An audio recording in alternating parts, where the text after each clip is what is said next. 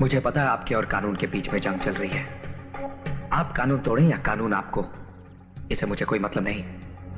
मैं यहां सिर्फ इतना समझाने आया हूं कि दोबारा इस जंग में मेरे भाई को घसीटने की कोशिश मत कीजिएगा, वरना कानून मुझे अपने हाथों में लेना पड़ेगा और यह आपके लिए अच्छा नहीं होगा। छोटा मुंह और बहुत बड़ी बात कह गए तुम। ये धमकी देने से पहले अपनी औकात और हमारी हैसियत तो देखी होती। ड्यूटी का हाथी को धमकाना अच्छा नहीं लगता बरखुरदार। छोटी होती तो बहुत छोटी है शोभराज साहब, लेकिन अगर हाथी के कानों तक पहुंच जाए तो उसकी मौत का कारण बन जाती है। और आप अपनी जिस हैसियत की बात कर रहे हैं ना, उस हैसियत को बहुत अच्छी तरह से जानता हूं मैं।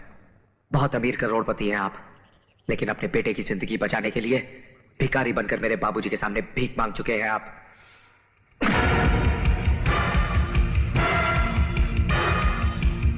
सुना है ये हाथ मेरे बाबूजी के गिरे बाग तक भी पहुंच चुके हैं। 10-15 मिनट लोहे के वजन उठाकर कसरत कर लेने से ये मत समझिए कि आप बहुत मजबूत हो गए हैं। मैं हर दिन 15 घंटे पिछले 15 सालों से सिर्फ लोहे का काम कर रहा हूं, और लोहे से जब शीशा टकराता है तो उसके इतने टुकड़े हो जाते हैं कि गिनना मुश्किल हो जाता है।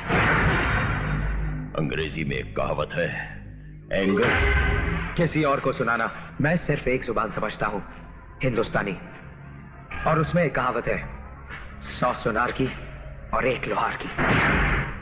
मेरा भाई मेरी मां के जीने का सहारा है, और अपनी मां को उसकी जिंदगी लौटाने का वादा किया है मैंने। उसकी जिंदगी छीनने की कोशिश करने वाले की सांसें उसके ही सीने में दफन कर दूंगा मैं। याद रखना।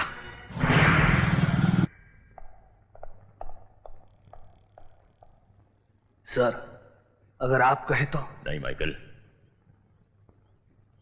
मैं तो समझता था कि इसका बाप ही नाग है, लेकिन ये हरामजादा तो कोबरा निकला।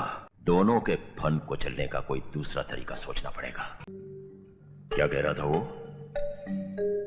कि उसका भाई उसकी मां के जीने का सहारा है? तब तो सहारे को जल्द अज जल्द फांसी होनी चाहिए।